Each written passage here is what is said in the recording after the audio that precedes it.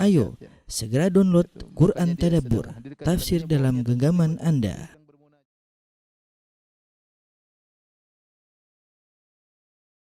Bismillahirrahmanirrahim. Assalamualaikum warahmatullahi wabarakatuh. Alhamdulillahi ala ihsani wa syukru lahu ala taufiqihi wa amtinani. Asyhadu an la ilaha illallah wahdahu la syarika lahu ta'ziman li sya'ni wa asyhadu anna Muhammadan abduhu wa rasuluhu da'ila ridwani. Allahumma salli alaihi wa ala alihi wa ashabihi wa ikhwani. Para jemaah, para anggota majelis ta'lim Qalbun Salim yang dirahmati Allah Subhanahu wa taala.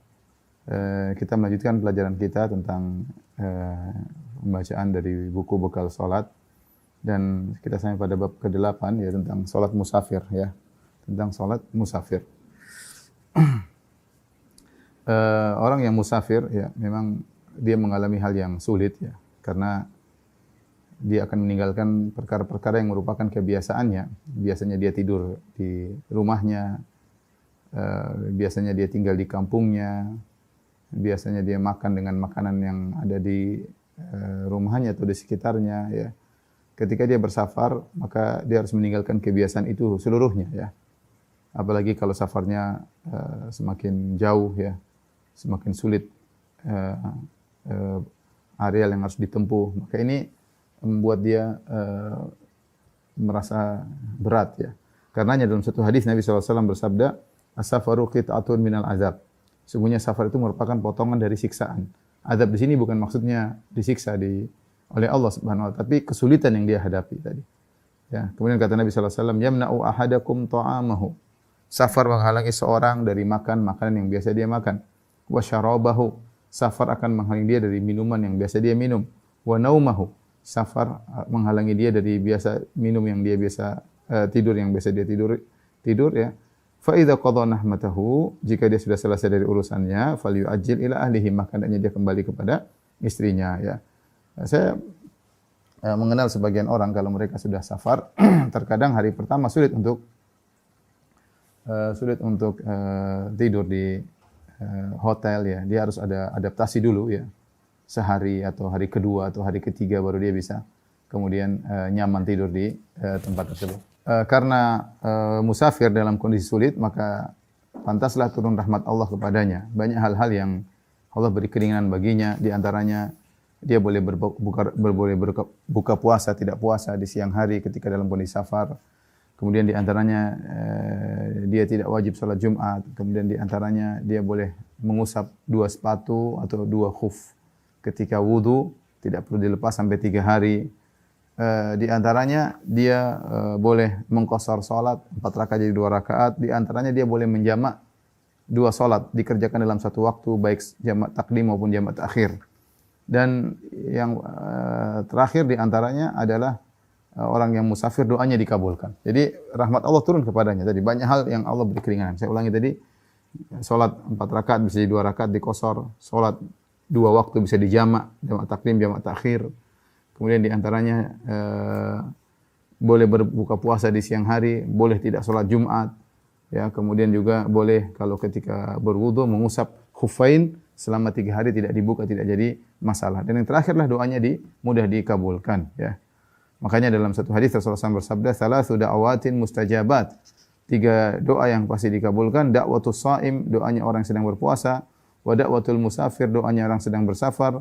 Wa da'watul mazlum, doa orang yang sedang dizalimi. Yang ketiga orang ini, kalau kita perhatikan, yang puasa, yang musafir, yang dizalimi, ketiga-tiganya dalam kondisi sulit. Dalam kondisi sulit ya, sehingga dengan demikian mereka diberi keringanan oleh Allah Subhanahu wa taala. Maka pada kesempatan kali ini kita akan bahas tentang fikih salat yang berkaitan dengan orang yang sedang musafir. Yang pertama yang kita bahas ya, apa itu hukum orang yang mengqashar salat ya? Karena kita tahu sebagian orang ketika musafir dia mengqashar salatnya, dan sebagian orang tidak mengqashar salatnya ya. Kita dapati banyak saudara-saudara kita ketika di tengah safar kita mampir di rest area, mereka sholat tidak mengqashar, padahal mereka musafir. Ya. Nah, apa sih hukumnya mengqashar sholat ketika dalam kondisi safar? Maka intinya ada beberapa pendapat ya. Ada yang mengatakan bahwasanya mengqasar salat hukumnya wajib ya. Dan ini adalah pendapat Abu Hanifah dan juga pendapat Zahiriyah ya. Ya, mereka mengatakan bahwasanya hukumnya wajib. Artinya kalau orang ketika musafir tidak mengqasar salat dia berdosa.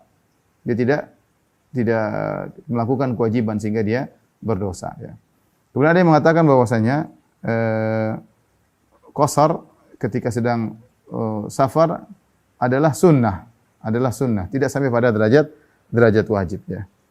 Kemudian ada juga yang berpendapat bahwasanya qasar ketika sedang safar hukumnya adalah keringanan, dia hanyalah rukhsah.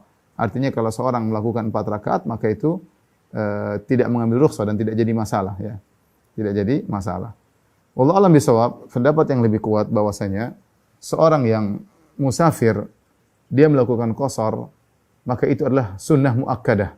Sunnah yang sangat ditekankan, namun sunnah tersebut tidak sampai pada derajat wajib, Kenapa? Karena sebagian sahabat ada yang ketika safar mereka salatnya disempurnakan. Ya. Di antaranya yang masyhur adalah Utsman bin Affan dan Aisyah radhiyallahu taala anhuma. Ya.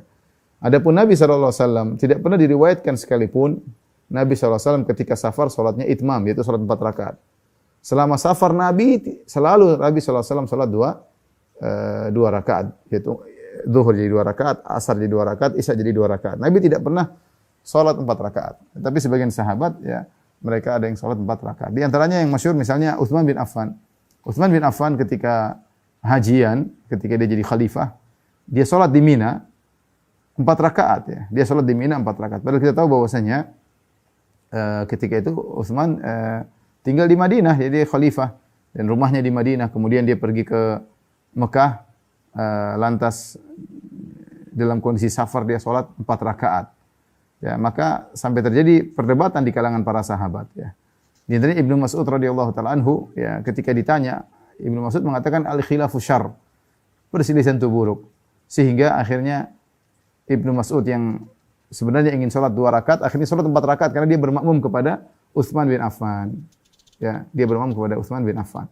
Di sini Ibnu Mas'ud tidak mengingkari Utsman dalam artian mengatakan kau telah melakukan kemungkaran, tidak. Ya, dia seakan-akan Utsman hanya meninggalkan perkara yang lebih utama.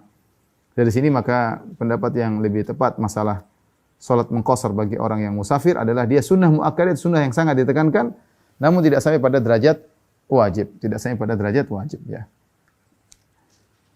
Oleh karenanya terkadang saya sendiri terkadang terpaksa salat tidak diqasar meskipun saya posisinya sebagai musafir. Mungkin saya sedang bersafar suatu tempat, kemudian saya disuruh jadi imam, ya, sementara orang yang hadir pengajian, ya, saya lihat dari sangat awam, ya. Mereka mungkin baru datang, baru nggak ngerti tentang masalah ini, baru ngaji sepertinya. Terkadang saya sholat dengan itmam 4 rakaat, sholat isya 4 rakaat, ya.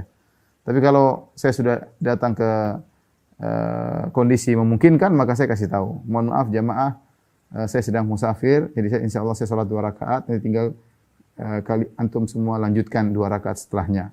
Ya, dan seringnya saya seperti itu, tapi kadang-kadang dalam kondisi tertentu saya pergi ke satu daerah yang orangnya masih awam, mungkin mereka nggak ngerti, khawatir mereka kaget, ini ustaz kok sholatnya 2 rakaat.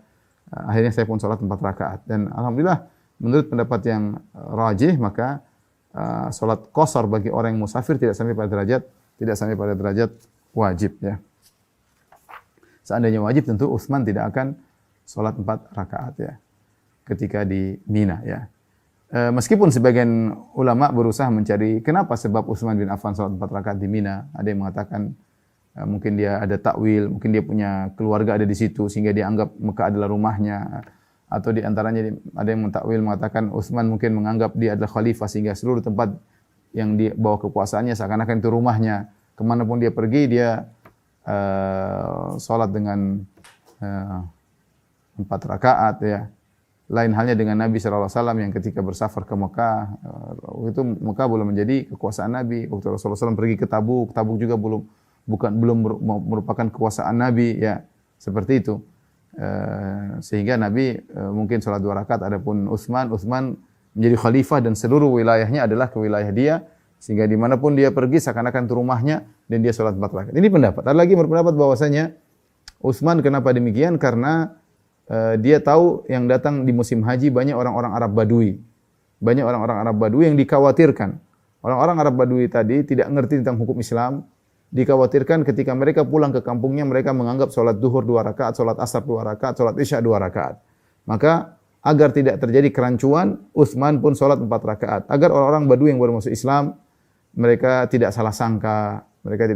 Intinya, ini ijtihad dari Utsman bin Affan radhiyallahu taala anhu yang tidak disetujui oleh sahabat, di antaranya Ibnu Mas'ud, tetapi mereka tidak sampai berselisih karena Ibnu Mas'ud berkata al-khilafu syarr, perselisihan adalah keburukan. Tapi ini masalah pertama. Masalah kedua, masalah yang sangat penting, jarak safar berapakah yang boleh kita mengqashar salat ya? Jarak safar berapakah yang boleh kita mengqashar salat ya? Ikhwan dan akhwat yang dirahmati Allah Subhanahu wa taala, kalau kita berbicara tentang jarak safar ya.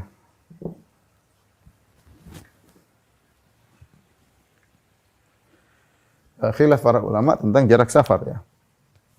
Berapa jarak minimal safar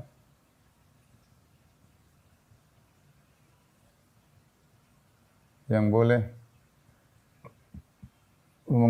mengambil keringanan?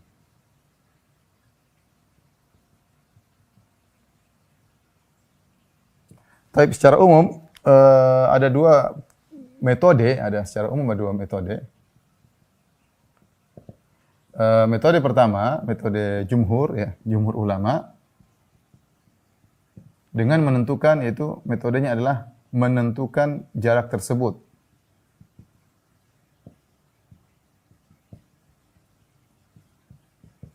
Yang kedua adalah mazhab Zahiriyah ya, yang dipilih oleh Ibn Taimiyah, kemudian Ibnu Qayyim ya. Kalau yang sekarang adalah Syekh Sa'di, Syekh Utsaimin rahimahullahu taala, tidak ada penentuan jarak tersebut.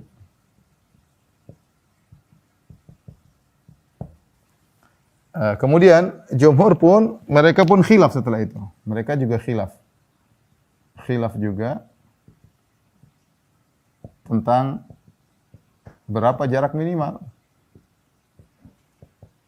tersebut. Namun rata-rata mayoritas mengatakan ya itu sekitar 4 burut ya, mayoritas mengatakan 4 burut sama dengan 16 farsakh, kurang lebih sama dengan 80 km, kurang lebih. Ya, barang siapa yang akan bersafar menuju jarak 80 km, itu jarak sehari semalam, yaitu perjalanan sehari semalam. Ada yang mengatakan lebih dari itu, ya, ada yang mengatakan perjalanan 3 hari 3 malam dengan menggunakan onta. Tapi rata-rata mengatakan bahwasanya jarak tersebut 4 burut atau 16 farsakh atau 80 km ya. Adapun metode kedua, metode Zahiriyah, bahwasanya tidak ada jarak. Kenapa dalilnya? Karena tidak ada dalilnya. Dalil yang menentukan jarak.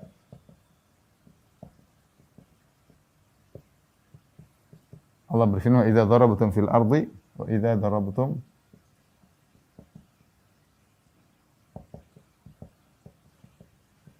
falaysa 'alaikum junahun an taqsuru minas salat."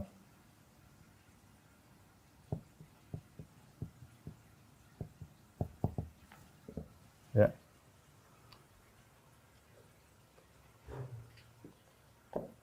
Allah Subhanahu wa taala berfirman, jika kalian berjalan di atas muka bumi, jika kalian berjalan yaitu berpergian.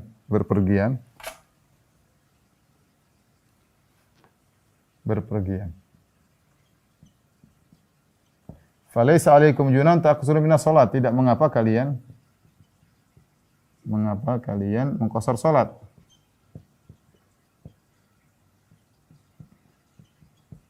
Perhatikan di sini, Di sini Allah hanya mengatakan jika kalian berpergian, ya, tanpa ada jarak, tanpa menentukan jarak. Tanpa menentukan jarak, ya. Taib. Adapun dalil dari jumhur ulama, mereka punya dalil, ya, yaitu Rasulullah SAW bersabda,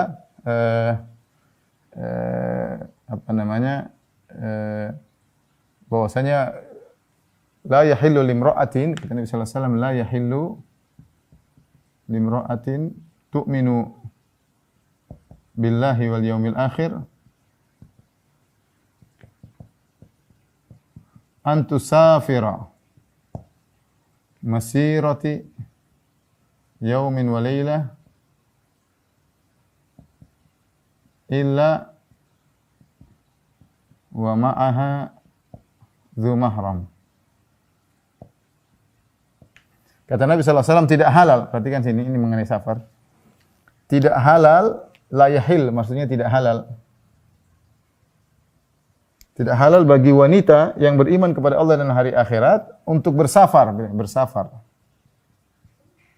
dengan jarak sehari semalam. Sehari semalam, kecuali harus ada mahramnya, Nah, jarak sehari semalam inilah, ini yang sama dengan 80 km, kurang lebih. Di sini Nabi SAW menamakan jarak sehari semalam dengan perjalanan jarak sehari semalam dengan 80 km, ya. Baik. Ini dua pendapat, dua-dua punya dalil. Kita tidak mengatakan masing-masing tidak, masing-masing punya dalil. Tapi mana yang lebih kuat, wallahu a'lam bishawab, kita akan berusaha untuk mengkompromikan di antara keduanya, ya. Perhatikan di sini, ya. Kita ingin tahu titik kesepakatan, kemudian titik perselisihan, ya. Jadi kalau menurut pendapat Zahiri Ibnu Taimiyah, selama dikatakan safar boleh qasar. Intinya, selama urf menyatakan itu safar, maka boleh qasar. Maka boleh qasar, ya. Tapi kita kalau mencoba untuk menggabungkan di antara dua hal ini, kita mencoba aja. Misalnya kita jarak, berkaitan dengan jarak safar. Ya. Jika lebih dari 80 km, ya. Kemudian jika kurang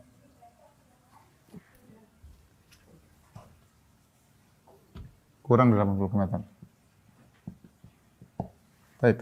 Jika lebih dari 80 km, maka ini disebut safar. Disebut safar oleh Nabi. Ya. Dalilnya hadis ini tadi, Nabi sudah menentukan untuk safar. Terlepas dikatakan secara urf safar atau tidak, tapi Nabi yang mengatakan bahwasanya jika lebih dari 80 km, karena Nabi mengatakan perjalanan sehari semalam itu safar, yaitu jarak perjalanan sehari semalam. Nabi menamakannya dengan safar. Jika kurang dari 80 km, maka ada dua kondisi, ya, dua kemungkinan.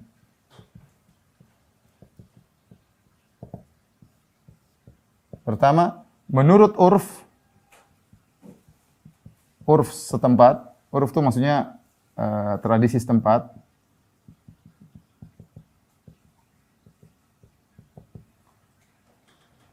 bukan safar. Yang kondisi kedua, menurut urf merupakan safar.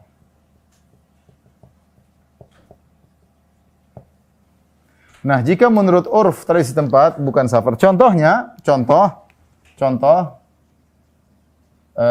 jarak 60 km, misalnya antara Jakarta dengan Depok misalnya ya. Misalnya dengan Depok. Depok atau Bogor misalnya. 60 km, ya. Maka kita lihat urf masyarakat sekarang, kalau kita tanya orang dari Jakarta ke Bogor, tidak ada yang bilang itu musafir, nggak ada. Kamu mau kemana? Mau safar. Safar kemana? Ke Depok. Diketawain sama orang, kirain mau kemana. Jadi sekarang urf masyarakat, kalau orang dari Jakarta pergi ke Depok, orang dari Jakarta pergi ke Bogor tidak dikatakan musafir. Urf masyarakat tidak musafir. Jika kondisi demikian, maka sepakat ulama tidak boleh qasar.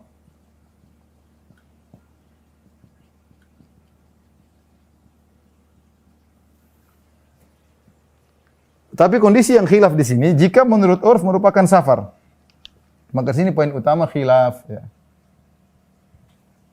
Contohnya di mana? Contohnya seperti kita mungkin daerah-daerah kampung yang masih jalan belum baik, yang masih kendaraan masih sulit. Bagi mereka 60 km sangat jauh.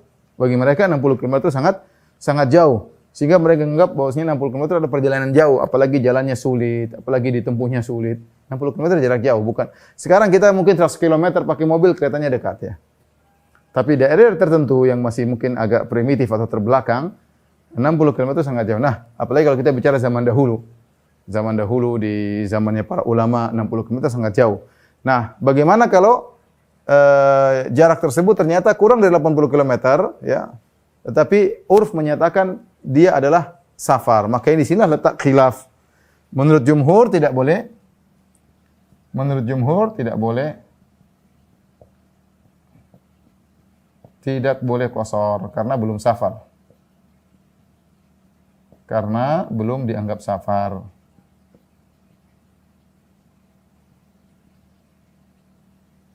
Adapun menurut Zahiriyah, ya, karena urf menganggap safar maka boleh qasar. Boleh qasar karena sudah dianggap safar.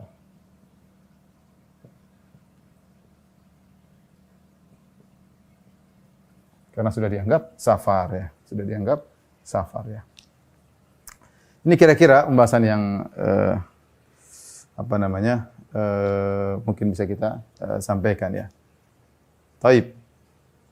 Ini intinya kalau sudah jarak 80 km ya, misal dari misalnya kita dari Jakarta ke Kerawang aja terkadang belum tentu 80 km. Terkadang belum tentu, padahal sudah lain kota, tapi terkadang belum tentu 80 km. Beda kalau kita ke Bandung semua sepakat kalau itu adalah safar ya.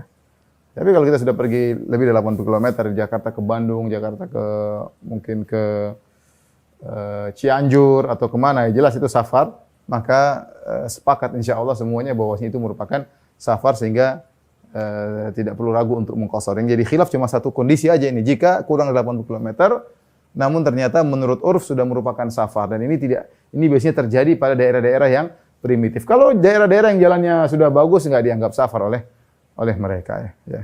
Baik. Ini yang pertama. Wallahu alam bisawab ya. Jadi seorang hati-hati aja kalau kurang dari 80 km jangan bermudah-mudah untuk mengqasar salat. Ada sebagian orang kalau mereka pergi misalnya dari Jakarta ke Bogor atau dari Bogor ke Jakarta, kemudian mereka qasar salat. Mereka jamak. Jarak mungkin cuma 50 km. Mereka bilang enggak apa-apa, kita qasar, kita jamak. Ini karena sudah safar menurut mazhab saya. Kita bilang mazhab cuma dua. Mazhab pakai jarak atau mazhab enggak pakai jarak. Kalau mazhab pakai jarak maka rata-rata 80 km. Sebagaimana pendapat jumhur ulama, kalau mazhab tidak pakai jarak maka harus kembalikan kepada urf. Dan urf tersebut bukan urf pribadi. Urf maksudnya kebiasaan masyarakat. Apa pandangan masyarakat? Bukan pandangan pribadi person per person.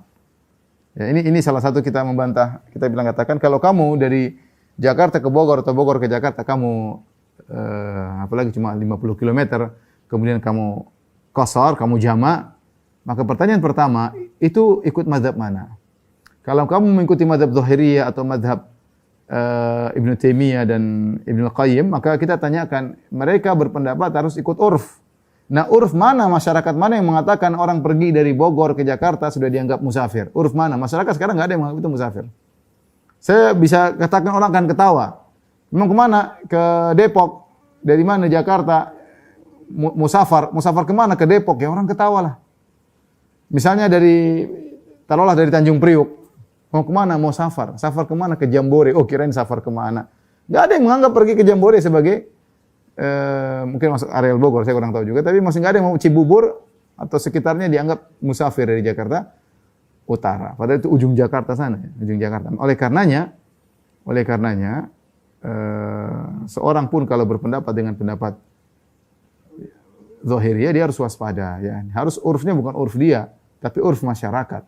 Ini bantahan pertama. Bantahan kedua, kita katakan kalau antum merasa pergi dari Jakarta ke Bogor yang jaraknya bukan 40 km, 50 km, antum anggap sudah sebagai musafir, boleh enggak antum buka puasa?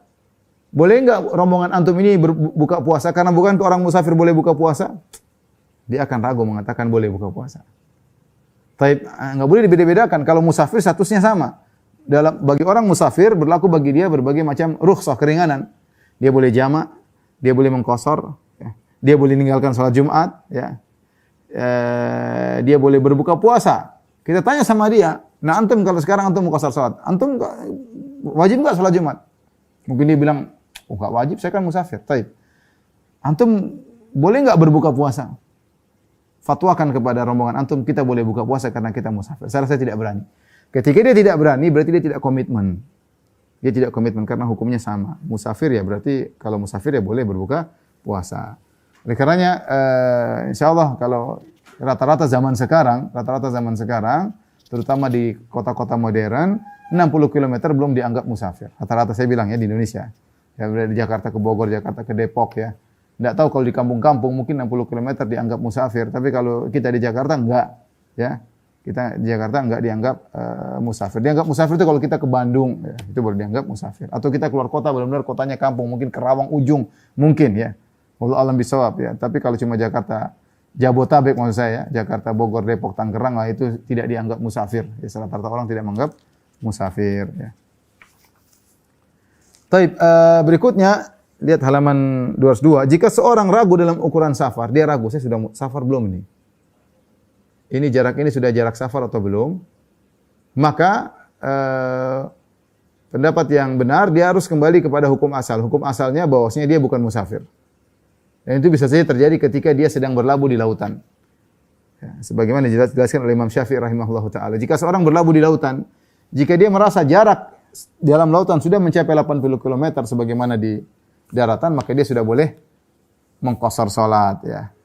Dia sudah boleh mengqashar salat. Tapi kalau ternyata dia ragu-ragu ini sudah jarak musafir atau belum, maka dia kembali kepada hukum asal. Asalnya dia bukan musafir. Asalnya dia bukan musafir. Asalnya bukan musafir. Kemudian safar apa yang dia boleh mengqashar salat? Semua jenis safar. Semua jenis safar menurut pendapat yang kuat karena status dia musafir lihat daripada kondisi dia. Karena sebagian ulama mengatakan kalau dia safarnya buat maksiat dia tidak boleh mengqashar salat. Misalnya dia bersafar ke Singapura untuk main judi, waktu salat dia enggak boleh qashar. Kenapa? Ente ke sini mau main judi. Kalau ada ulama berfatwa kamu boleh qashar seakan-akan mendukung kamu untuk apa? Untuk bermaksiat. Maka safar untuk maksiat tidak boleh untuk diqashar. Tapi yang benar, Allah alam pendapat yang mengatakan selama dia musafir statusnya maka dia berlaku hukum-hukum safar. Bahkan kalau dia bersafar untuk maksiat waktu salat dia boleh mengqashar. Dan ini pendapat yang lebih kuat. Baik, masalah berikutnya, ikhwan dan akhwat dirahmatillah subhanahu wa ta'ala, ya. Dari mana kita sudah boleh mengqashar salat? Dari mana kita sudah boleh mengqashar salat? Ya. Ada beberapa pendapat, ya. Nah, ada yang mengatakan sejak keluar rumah sudah boleh mengqashar salat. Misalnya saya mau ke Bandung. Begitu saya keluar rumah saya, Jakarta Timur, ya sudah, saya sudah boleh masuk waktu zuhur, saya boleh langsung jamak, langsung 2 rakaat. Kenapa? Karena saya sudah keluar dari rumah saya. Dan ini pendapat sebagian salaf. Begitu keluar rumah, dia sudah boleh mengqashar. Ya. Sebagian lagi mengatakan, dia sudah boleh mengqashar ketika dia sudah naik tunggangan. Kalau zaman sekarang sudah naik mobilnya, sudah. Orang misalnya mau ke Bandung naik motor, dia sudah naik motor, udah jalan, sudah. Karena niat dia bukan jalan ke sini, dia mau ke Bandung. Ketika dia sudah mulai naik motor atau naik mobil atau naik tunggangan zaman dahulu, berarti dia sudah mulai start safarnya. Sudah mulai dihitung dia musafir. Maka sejak saat itu dia sudah boleh untuk mengqashar salat. Ini pendapat. Ya. Pendapat yang jumhur ulama, mereka mengatakan, idza faraqa amira qaryatihi. Jika dia sudah keluar dari bangunan kotanya. Ini kita bicara tentang zaman dahulu. kota Madinah misalnya, kota Madinah, ibaratnya dulu hanya seperti Masjid Nabawi zaman sekarang. Kita kalau melihat ada miniatur tentang kota Madinah zaman dahulu ya. Jadi seluas Masjid Nabawi sekarang itulah kota Madinah. Jadi dipagari seperti pagar Masjid Nabawi. Artinya kalau seorang sudah keluar dari bangunan tersebut, dia sudah keluar dari bangunan-bangunan kota Madinah. Zaman dahulu seperti itu ya. Ya, jadi rangkaian bangunan yang bersambung-bersambung, kalau dia sudah lewati rangkaian bangunan tersebut, maka dia baru boleh untuk mengqasar. Makanya Nabi SAW kapan mulai mengqasar? Nabi tidak mengqasar dari kota Madinah. Nabi mengqasar ketika Nabi sampai di Dzul Hulaifah. Ya. Sampai Dzul Hulaifah. Dzul Hulaifah dari Madinah kira-kira 11 kilo, yaitu 6 mil, kira-kira 11-12 kilo. Namun ketika Nabi sudah meninggalkan, karena dari Masjid Nabawi kota Madinah ke Dzul Hulaifah itu bangunan enggak ada rumah. Kosong ya. Ketika Nabi sampai Dzul Hulaifah, Nabi sudah mulai mengqasar salat. Bahkan Nabi nginap sehari di situ, Nabi mengqasar salat. Padahal kenapa tujuannya Mekah? Ya. Nah, ini para ulama menafsirkan kenapa Nabi sudah boleh mengqasar salat ketika Dzul Hulaifah padahal jarak masih 11 kilo? Apakah karena dia sudah keluar dari rumahnya dengan niat safar? Ataukah dia sudah naik kendaraannya karena niat safar? Ataukah karena sudah meninggalkan bangunan kotanya sehingga dia sudah dikatakan musafir. Inilah khilaf di kalangan para ulama ya. Di kalangan para ulama. Wallahu a'lam bishawab. Pendapat jumhur lebih hati-hati bahwasanya seorang tidak memulai safar kecuali jika dia sudah meninggalkan kotanya. Jika dia sudah meninggalkan kotanya. Demikian juga dia akan boleh terus melakukan keringanan musafir dengan mengqasar, menjama. Meskipun dia sudah menuju pulang, misalnya dia sudah menuju pulang, sampai dia masuk dalam areal kotanya, baru sudah tidak boleh lagi.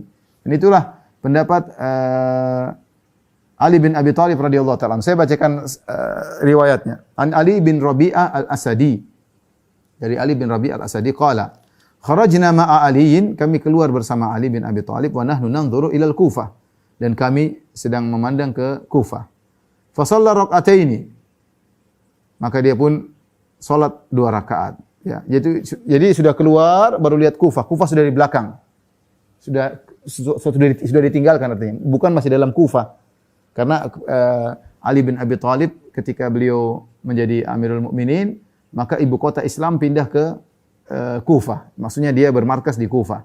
Sebelumnya Utsman bin Affan bermarkas di kota Madinah. Nabi SAW, Abu Bakar, Umar, Utsman semuanya menjadikan kota Madinah sebagai pusat pemerintahan. Adapun Ali bin Abi Thalib, ya mungkin karena kemaslahatan yang dilihat, maka dia pun pindah ke Kufah menjadikan pusat pemerintahan di sana. Maka satu hari ada yang bersafar bersama Ali, kata dia, kami keluar meninggalkan Kufah, berarti Kufah sudah ditinggalkan. Maka sejak meninggalkan Kufah, Ali bin Abi Thalib salat 2 rakaat. Berarti dia tidak salat 2 rakaat semenjak ketika masih dalam kota Kufah. Tsumma raja'a fa shalla rak'atain. Kemudian ketika pulang ke kota Kufah, beliau juga salat 2 rakaat. Wa huwa yanzuru ilal qaryah. Dan kelihatan Kufah di depan. Faqulna lahu, kami berkata, ala tusalli arba'an, wahai Ali bin Abi Thalib, tidakkah engkau salat 4 rakaat? Ini Kufah sudah di depan mata. Kata Ali, hatta nadkhulaha, sampai kita masuk dulu. Inilah di antara sisi pendalilan jumhur, dan ini berdasarkan pemahaman para salaf, di antaranya pemahaman Ali bin Abi Thalib, bahwasanya tentunya masalah khilaf tidak ada nas dari Nabi SAW. Tidak ada nas dari Nabi SAW bahwasanya kapan seorang sudah boleh yatarakhas, sudah awal boleh mulai untuk mengqasar salat, menjamak salat sejak kapan? Tadi saya katakan, ada yang mengatakan semenjak keluar rumah sudah boleh, ada yang mengatakan semenjak naik kendaraan sudah boleh. Dan jumhur mengatakan semenjak kamu keluar dari bangunan di kampungmu, di kotamu, ya. Sebagaimana dijelaskan oleh Ali bin Abi Thalib radhiyallahu taala anhu. Karena kalau kita masih di kampung kita belum dikatakan musafir. Orang lihat kita belum mengatakan kita musafir. Oh, kita masih di kampung. Misalnya saya tinggal di Jakarta Timur, ya saya sudah keluar 1 kilo, 2 kilo, tapi saya masih di Jakarta Timur. Kamu musafir ya? Mau safar ya. Tapi kondisi kita masih di kota tersebut. Maka tidak dikatakan secara urf, kita dikatakan musafir belum. Karena kita masih dalam kota kita.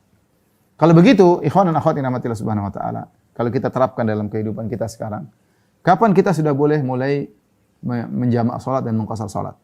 Wallahu a'lam bishawab, ya. Kita tahu zaman sekarang bangunan tidak ada putus-putusnya, ya.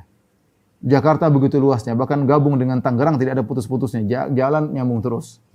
Jadi kalau kita menjadikan patokan kapan bangunan selesai baru kemudian tanah kosong baru bangunan lagi, maka tidak akan pernah selesai. Maka kita tahu bahwasanya disyariatkannya mengqashar dan menjama' adalah untuk keringanan. Maka seperti Jakarta. Jakarta terdiri atas beberapa kota. Ada kota Jakarta Pusat, Jakarta Utara, Jakarta Timur, Jakarta Selatan. Menurut saya wallahu alam bisawab, kalau kita sudah tinggal di namanya satu kota ini, provinsi Jakarta ada beberapa kota. Ya, sama seperti kalau kita bicara Papua Barat ada Sorong, ada Manokwari, ada beberapa kota-kota ya. Ya, sama seperti kita bilang apa namanya Jawa Barat, macam-macam, ada Bogor, ada banyak kota ya. Ada Bandung dan yang lainnya. Nah, kita ada provinsi Jakarta, kita ada beberapa kota ya. DKI Jakarta, kemudian ada Jakarta Pusat, ada Jakarta Timur, Jakarta Selatan, Jakarta Utara, Jakarta Barat ya. Kalau ternyata kita sudah meninggalkan areal kita, saya tinggal di Jakarta Timur. Kalau kita sudah meninggalkan areal Jakarta Timur dan kita niatnya ke Bandung, kapan kita sudah meninggalkan Jakarta Timur, kita sudah boleh mengqashar, kita sudah boleh menjama'. Ini pendapat yang menurut saya kuat ya. Tapi adapun kalau kita mengatakan harus meninggalkan Jakarta secara total, meninggalkan provinsi secara total, ya ini suatu yang berat ya. Padahal asalnya safar untuk memberikan keringanan ya. Artinya kalau orang tinggal Jakarta Utara kemudian dia ingin pergi ke Bandung, dia harus menempuh jalan yang jauh sekali sampai keluar Jakarta. Itu pun bangunan masih bersambung. Terus kapan dia mulai boleh mengqashar? Ya. Maka wallahu alam bisawab, kita misalnya saya di Jakarta Timur, kemudian kita pergi mau bersafar ke Makassar. Pergi ke Bandara Udara Cengkareng. Ya sudah, Cengkareng masuk Tangerang. Kita sudah boleh mengqashar, sudah boleh menjama' di situ. Karena kita sudah keluar kota kita. Benar bangunan bersambung sampai ke Tangerang. Kalau begitu caranya kita nggak akan pernah mengqashar. Ya, mau jarak 100 kilo, 200 kilo, bangunan itu bersambung. Kalau Jakarta 100 kilo mungkin masih bersambung. Ada aja bangunan ya. Maka kapan kita sudah meninggalkan Jakarta Timur, kemudian kita pergi ke Tangerang, ke Cengkareng, kita sudah boleh qashar, sudah boleh jama'. Karena tujuan kita bukan ke Tangerang. Kalau orang dari Jakarta ke Tangerang tidak ada yang bilang musafir, tapi tujuan kita adalah keluar kota, cuma kita mampir ke bandara, sebagaimana Nabi mampir ke Dzulhulaifah. Nabi mau ke Mekah, mampir di Dzulhulaifah, seharian tinggal di Dzulhulaifah, Nabi SAW mengqashar salat seharian. Maka demikian juga kalau kita misalnya ingin ke Bandung atau ingin ke Makassar, ingin ke Saudi, kita mampir di Cengkareng, kita sudah boleh mengqashar, menjama' di situ. Ya. Sama, begitu halnya kalau kita pulang dari Makassar, kita masih di bandara. Belum balik ke Jakarta Timur, misalnya rumah saya Jakarta Timur. Maka belum balik ke Jakarta Timur, kita masih boleh mengqashar. Mampir di Bekasi, kita masih boleh mengqashar. Kita Jakarta Selatan, kita masih boleh mengqashar. Karena kita belum masuk ke kota kita. Belum masuk ke kota kita, ya. Lain halnya ketika saya dari Jakarta Timur, ingin ke Bandung lewat Bandara Halim. Ini jadi masalah, karena Halim berada di Jakarta Timur. Apakah saya boleh mengqashar di Halim? Ya. Kalau kita mau komitmen dengan pendapat kita, kalau sebelum keluar kota, areal sebagaimana kota kita, maka tidak boleh kita mengqashar. Tapi kalau kita ikut pendapat tadi, selama keluar rumah sudah boleh qashar, selama sudah naik kendaraan sudah boleh qashar, maka jangankan ke Halim, ke restoran sebelah saja sudah boleh mengqashar. Tapi saya katakan tadi, kalau saya di Jakarta Timur, kemudian saya ingin safar lewat Halim, maka saya tidak mengqashar ketika di Halim, karena Halim Perdana Kusuma masih di Jakarta Timur. Tapi bagi yang tinggal Jakarta Selatan, tinggal Jakarta Utara, mereka di Halim, mereka sudah boleh mengqashar dan menjama'. Wallahu alam bisawab ya. Jadi kita kembalikan sederhananya begini. Kapan kita mulai mengqashar? Sekarang yang pertama kita pertanyakan, kita mau kemana dulu? Apakah jarak perjalanan kita lewat dari 80 km? Dihitung, oh iya benar, lewat dari 80 km. Berarti jarak kita safar. Contohnya saya ingin ke Cianjur. Atau insya Allah lebih dari 80 km. Atau saya ingin ke Bandung. Ya, saya ingin ke Bandung, 100 km lebih. Saya ingin ke Bandung. Berarti jarak tempuh adalah jarak safar. Taib, kapan saya boleh mulai mengqashar salat, menjama' salat? Ya kalau saya sudah meninggalkan Jakarta Timur, saya sudah mulai masuk tol, kalau kemudian sampai sudah ke Jakarta jauh entah kemana, sudah mampir, saya sudah boleh mengqashar, saya sudah boleh menjama'. Ya. Terus nanti sampai di sana saya boleh menjama'. Kemudian ketika saya balik, saya masih boleh menjama' dan mengqashar sampai saya masuk ke RL Jakarta Timur. Wallahu alam bisawab. Wallahu alam bisawab. Baik. Pembahasan berikutnya, ya. Berapa lama kita boleh qashar di tempat tujuan. Berapa lama kita boleh qasar di tempat tujuan ya. Dan ini juga ada khilaf yang banyak di kalangan para ulama ya. Jadi baik, kita akan bahas ini. Berapa lama boleh qasar?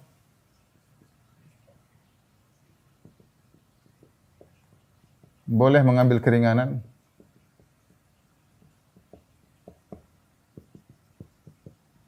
Keringanan di tempat tujuan. Dalam hal ini misalnya kita contohnya di Bandung. Kita dari Jakarta ke Bandung. Misalnya Jakarta menuju Bandung. Artinya dalam hal ini berapa lama kita boleh melakukan qasar jama' di Bandung, di tempat tujuan. Ini tempat tujuan maksudnya. Bandung ya. Maksudnya Bandung. Taib, ada beberapa kondisi.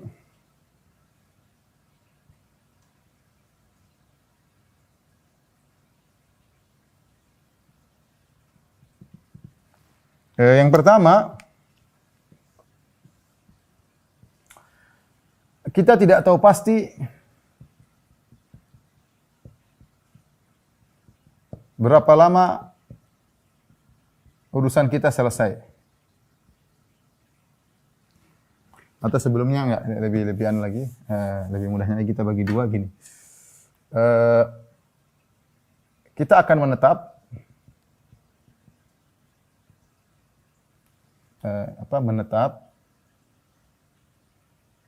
ya, akan menetap. Kondisi kedua adalah tidak menetap.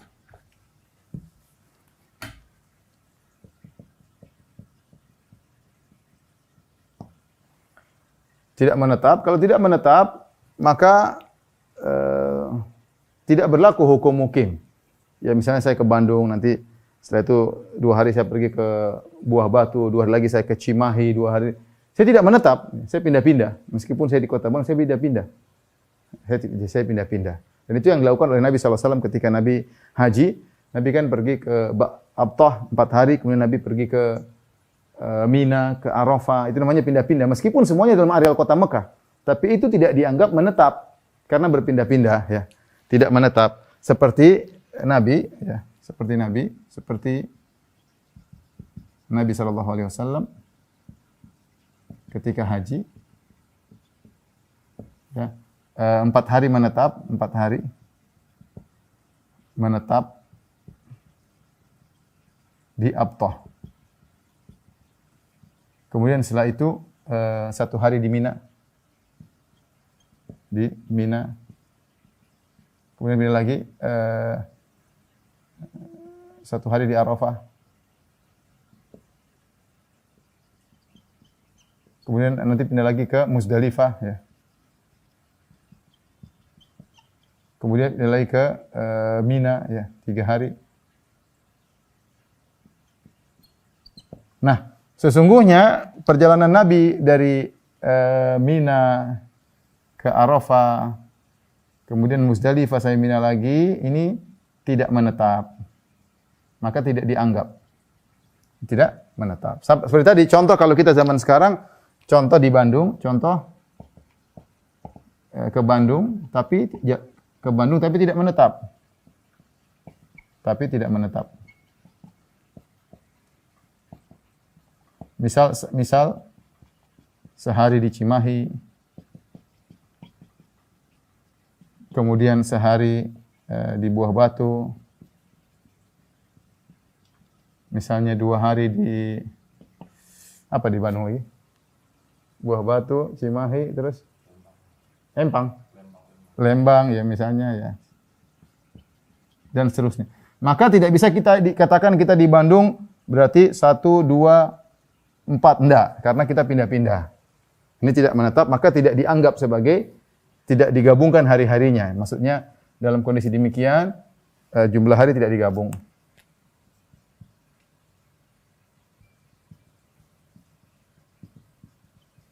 Tidak digabung. Karena tidak menetap.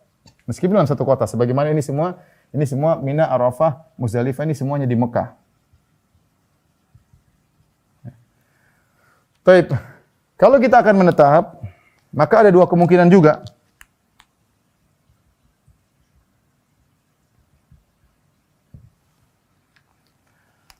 Yang pertama, kita tidak tahu kapan urusan kita selesai.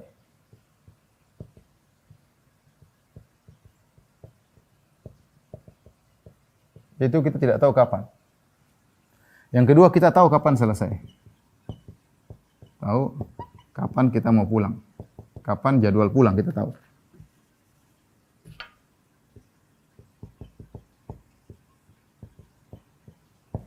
Misalnya seorang pergi ke Bandung, ya. Tujuannya apa? Dia tujuannya cari barang. Cari barang. Kamu berapa di Bandung? Enggak tahu, saya nyari dulu. Belum, saya mau cek sana, ngecek sini. Kalau enggak ada, saya lanjut terus.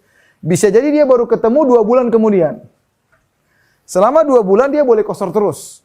Karena dia belum tahu kapan dia pulang.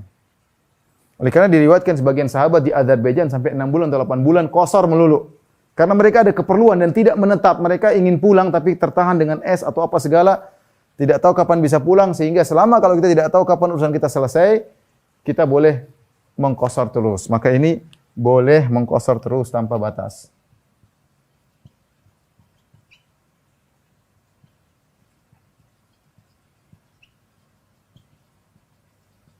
Tanpa batas. Sebagaimana para sahabat mengkosor di Azerbaijan, kalau tidak salah kurang lebih 6 bulan atau 8 bulan, 8 bulan atau 6 bulan. Ya, mereka tidak tahu kapan mereka pulang. Nah, kalau kita tahu, contoh kalau kita zaman sekarang, misalnya orang ke Bandung ya, kita dipingin cari barang, nggak tahu 2 bulan baru dapat. Kamu ke Bandung mana? Saya mau nikah. Terus ya cari akhwat lah, cari gadis. Terus kapan targetnya? Nggak tahu ya. Kalau nggak dapat ya sudah, nyari lagi sampai ngelamar ditolak sampai 3 bulan dia boleh kosor terus. Karena dia belum selesai apa yang dia kerjanya. Kecuali kalau dia niatkan saya sudah pindah rumah mukim sambil cari istri, itu lain. Kalau dia pindah ke Bandung niat mukim kemudian cari istri, oke, berarti dia sudah langsung bukan musafir lagi. Yang kedua, kita tahu kapan jadwal pulang. Kalau kita tahu kapan jadwal pulang, maka di sinilah khilaf. Khilaf yang kuat ya. Secara umum saya mau bagi menjadi 3 pendapat ya. Jumhur, jika kamu tahu bakalan menetap untuk 4 hari dalam kurung 20 kali sholat 5 waktu,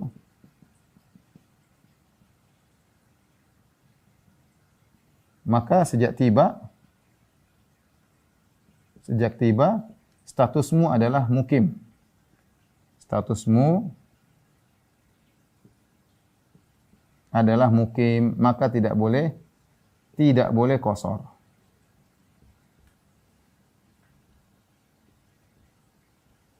Contoh begini. Ini pendapat jumhur. Saya ingin pergi ke Bandung. Saya pergi ke Bandung. Berapa hari Bandung? 5 hari. Ya sudah, sejak tiba di Bandung, dari Jakarta ke Bandung saya musafir. Tapi ketika saya tiba di Bandung, saya sudah mukim. Kenapa? Karena saya akan tinggal di Bandung lebih dari 20 kali sholat 5 waktu. Lebih dari 4 hari. Lain halnya kalau saya mau ke Bandung berapa? 3 hari. Ya, kalau saya tiba di Bandung, saya boleh qasar terus 3 hari. Karena saya menetap di Bandung kurang dari 20 kali sholat. Kurang dari 20 kali sholat. Ini pendapat jumhur ulama. Dalilnya apa? Dalilnya kata mereka, Nabi SAW ketika tiba di Mekah, Nabi berangkat dari Madinah menuju ke Mekah, berangkat kalau nggak salah 25 Dzulqa'dah, tiba di Mekah tanggal 4 Dzulhijjah. Dan Nabi benar-benar menetap 4 hari di Abtah, 4 hari Nabi menetap 4 hari, Nabi qasar. Nabi qasar hari kelima baru Nabi pergi ke Mina. Tanggal 8 Dzulhijjah Nabi ke Mina. Jadi tanggal 4 sampai tanggal 8 Nabi menetap di Abtah dan Nabi selalu qasar. Kata mereka ini Nabi 4 hari doang. Berarti kalau lebih dari 4 hari tidak ada qasar lagi. Ini pendapat mereka ya.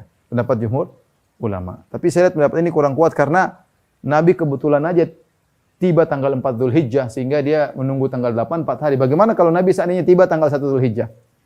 Tidak ada dalil bahwasanya Nabi kalau tiba tanggal 1 Dzulhijjah kemudian Nabi tanggal 1 Dzulhijjah kemudian Nabi langsung salat 4 rakaat. Tidak ada dalilnya.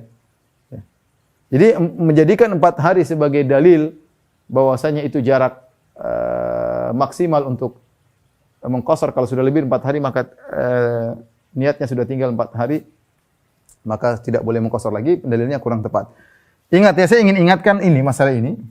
Sebagian orang salah paham, mereka menyangka begini, mereka salah praktek pendapat jumhur. Kata mereka, kita kalau tiba di Bandung, ya sudah kita langsung qasar. Sampai 4 hari, hari kelima baru kita sholat biasa. Itu salah, bukan begitu pendapat jumhur. Pendapat jumhur, kau harus tahu statusmu. Kalau kau tiba di kota tujuan, kau akan tinggal lebih dari 4 hari, maka sejak kau tiba, kau tidak boleh lagi qasar karena statusmu jadi mukim. Bukan kita qasar 4 hari, hari kelima baru kemudian kita sholat biasa. Bukan begitu. Ini dan ini banyak salah paham. Padahal maksud jumhur, lihat statusmu. Kalau kau statusmu tiba di kota tujuan lebih dari 4 hari, maka sejak tiba kau sudah mukim dan kau tidak boleh qasar. Ini pendapat jumhur. Pendapat Zahiriyah ya. Tanpa batas. Selama statusmu masih musafir.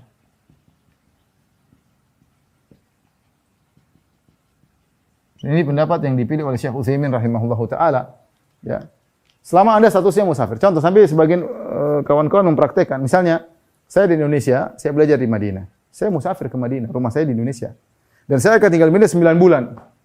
Menurut pendapat ini, selama Anda masih musafir, meskipun 9 bulan tinggal di Madinah, Anda boleh mengqasar. Boleh mengqasar. Karena Anda statusnya bukan mukim di sana ya. Tapi ini pendapat memang agak repot ya. Meskipun pendapat dipilih oleh Syekh Utsaimin rahimahullah, tapi saya kurang setuju karena ketika kita sudah tiba di Madinah pun, ya kita akan mengurus surat iqamah, surat tinggal, ya. Dan orang tahu kita tinggal di situ, ya. Nanti ketika mau pulang kita safar lagi seperti itu. Ya, jadi kalau sudah sampai 4 bulan, 5 bulan masih dianggap musafir agak berat. Karena memang kenapa? Karena ya namanya ini pemahaman para ulama. Karena seperti Syekh Utsaimin dan lain-lain rahimahullah berdalil dengan kisah para sahabat di Azerbaijan 8 bulan coba. Mereka tetap aja qasar. Mereka tetap aja qasar. Tapi saya katakan secara urf pun orang yang masih di sudah tinggal di Madinah, sudah jadi mahasiswa, belajar sana ya dikatakan atau dia kerja dikatakan dia mukim. Karena sejak dia datang kemudian dia ngurus iqamah, izin tinggal, dia tinggal, maka sulit kita katakan dia statusnya musafir. Urf juga mengatakan dia bukan musafir. Urf mengatakan dia bukan musafir. Pendapat yang berikutnya, ini pendapat Ibnu Abbas dan para sahabat, ya bahwasanya tetap qasar hingga 19 hari. Lebih dari itu maka tidak boleh lagi. Sama pendapat ini juga kurang kuat. Ini Rasulullah pernah 19 hari kalau tidak salah di perang Tabuk ya. Rasulullah SAW atau di Fatu Makkah saya lupa. Intinya Rasulullah SAW pernah mengqasar terus sampai 19 hari menunggu musuh datang enggak datang kemudian pulang. Sehingga sebagian sahabat memahami ini ijtihad Ibnu Abbas ya. Kami kalau musafir kan kami menetap. Kalau selama 19 hari kami qasarna, kami salat qasar. Kalau lebih dari 19 hari atmamna, kami salat sempurna. Meskipun kalau kita bicara dalil tiga-tiganya kurang kuat, tapi saya lebih cenderung kepada pendapat ini ya. Karena Ibnu Abbas mengatakan ini pendapat kami, pendapat para sahabat. Ya, paling tidak kita punya salaf dalam hal ini yang cukup banyak ya, dan ini pendapat dipilih oleh Syekh Sa'ad Al-Khaslan. Hafizahullah taala, salah satu anggota dari kibar ulama di Arab Saudi. Jadi saya lebih condong pendapat ini. Jadi kalau kita ke safar kemana sudah kita sholat aja. Selama kurang dari 19 hari kita jamak, kita boleh qasar. Kalau lebih dari 19 hari maka kita sholat biasa. Ya, saya bacakan perkataan An Ibni Abbas radhiyallahu ta'ala anhuma qala, ini hadis riwayat Bukhari. Ibnu Abbas berkata, aqamna ma'an Nabi sallallahu alaihi wasallam fi safarin 19. Kami tinggal bersama Nabi, menetap. Waktu kami bersafar menetap di tempat tujuan selama 19 hari. Naqsur salat, kami selalu mengqasar salat.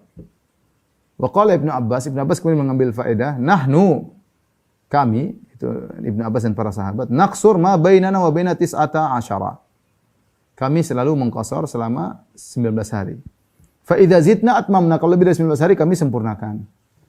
Ya, saya bilang ini pendapat semua tidak ada yang nas dalam ini, masalah ijtihadiyah ya. Masalah ijtihadiyah. semuanya punya dalil kuat, tapi saya lebih condong pada pendapat ini wallahu alam bisawab. Jadi kita kalau suatu tempat selama kita masih dalam kondisi di tempat tersebut, maka kurang dari 19 hari maka kita boleh mengqashar menjamak. Kalau sudah hari ke-20 maka tidak boleh lagi. Dan ini pendapat Ibnu Abbas radhiyallahu taala anhuma. Taib. Beberapa hal yang lain yang berkaitan dengan salat musafir adalah bagaimana dengan salat rawatib. Singkatnya bahwasanya salat rawatib bagi orang musafir dua kondisi.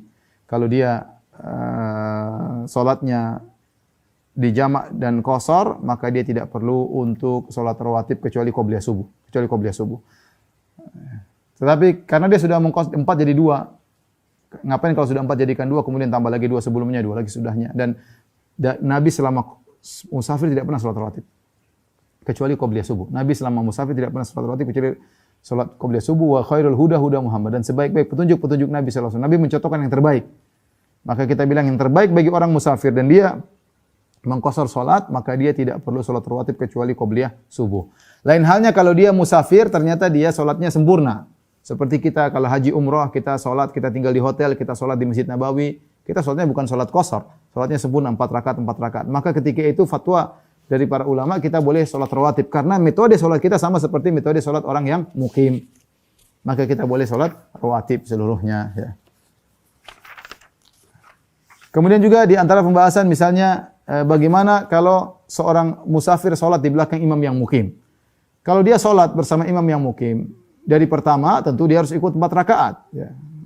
Sebagaimana kalau kita di Madinah maka kita salat zuhur yang 4 rakaat karena kita meskipun kita musafir imamnya mukim, kita ikut imam. Karena Nabi mengatakan innama ju'ilal imam liyutamma bih, imam dijadikan untuk diikuti.